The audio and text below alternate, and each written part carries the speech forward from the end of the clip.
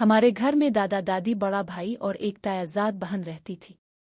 तायाजाद बहन हिरा अभी तक गैर शादीशुदा थी। हिरा देखने में बहुत खुश लिबास और दिलकश थी। जब भी हिरा कपड़े बदलने जाती तो मैं उन्हें खिड़की से छप कर देखता रहता था। कुछ देर बाद वो तैयार होकर बाहर आ जाती तो मैं अपनी जगह पर वापस आकर बैठ जाता था। एक दिन कपड़े बदलने के बाद हिरा अचानक अपने कमरे में आकर किताबें देखने लगी। वो इस वक्त तजस्सुस और ज़हानत से भरपूर लग रही थी। मैं कॉलेज चला गया। जब दोपहर को घर वापस आया तो दादा और दादी घर पर नहीं थे।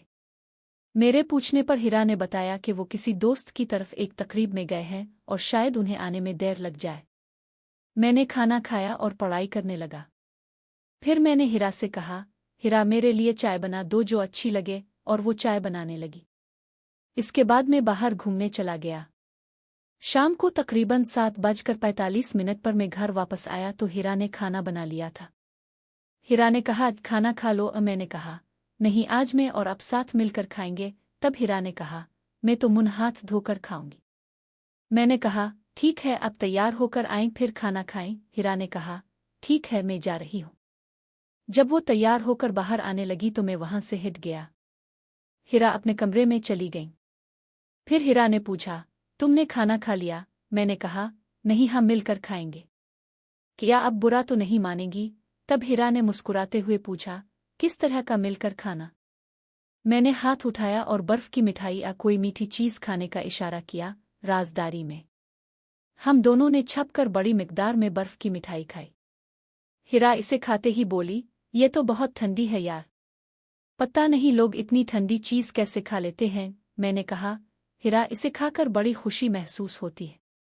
बर्फ की मिठाई खाने के साथ हम दोनों खाना भी खाने लगे। खाना खत्म होते ही हिरा को सस्ती होने लगी। मैंने कहा, हिरा, आपको मैं आपके कमरे में छोड़ आता हूं। हिरा ने सस्ती में कहा, क्यों? मैंने कहा, आपको आराम करवा देता हूं। हिरा बोली, नहीं, आज हम यहीं बैठेंगे क्योंकि रात में मुझे कोई परेशानी हुई तो मैं क्या करूंगी। तुम खैर। मैंने कुछ नहीं कहा। मुझे हिरा की बातों से ऐसा लगा जैसे वो मेरी कंपनी चाहती है। हिरा उठी और मेरा सहारा लेते हुए सोफे पर जाकर लेट गई। मैं भी सोफे के करीब वाली कुर्सी पर बैठ गया और बत्ती बुझा दी। ये तकरीबन रात के 10 बजे का वक्त होगा। हिरा की सांसें सासत होने लगी थीं। मुझे लगा कि वो सोई हुई हैं, लेकिन वो अब भी मुझे देख रही थी। मुझे एक पल के लिए थोड़ा सा हैरानी हुई क्योंकि मैं अभी तक जागा हुआ था। इसके बाद मैं भी वहीं सो गया। मुझे बहुत अच्छी नींद आई। मेरे और हिरा के दरमियान काफी फासला था क्योंकि मैं डरा हुआ था कि अगर मैंने दोबारा बर्फ की मिठाई खाने की बात की तो वो मुझे तंजिया कोई और चीज ना खुलाने लगे। इस डर से मैंने उनसे मजीद बात नहीं की। यूं ही मेरे दिन कट रहे थे। तालीमी इदारे की छुट्टियां चल रही थीं। मौसम बदलता गया और हम दोनों अक्सर एक ही कमरे में बैठकर बातें करते थे। एक रात मुझे नींद नहीं आ रही थी। मैं कानों पर लगाने वाला आला लगाए हुए था और मोबाइल पर फिल्म देख रहा था। मैं इतना मगन हो चुका था कि मुझे कुछ सुनाई नहीं दे रहा था। तब अचानक हिरा पानी पीने के लिए उठी और उन्होंने मुझे हाथों पकड़ लिया। इस वक्त वो बहुत ज्यादा थकी हुई लग रही थी। उन्होंने मुझसे कहा, तुम क्या कर रहे हो? अभी इसे रखो, मैं तुम्हारे दादा को बताती हूँ। मैंने हिरा से बहुत मिन्नत की कि वो घर में किसी को ना बताए। फिर हिरा मान गई।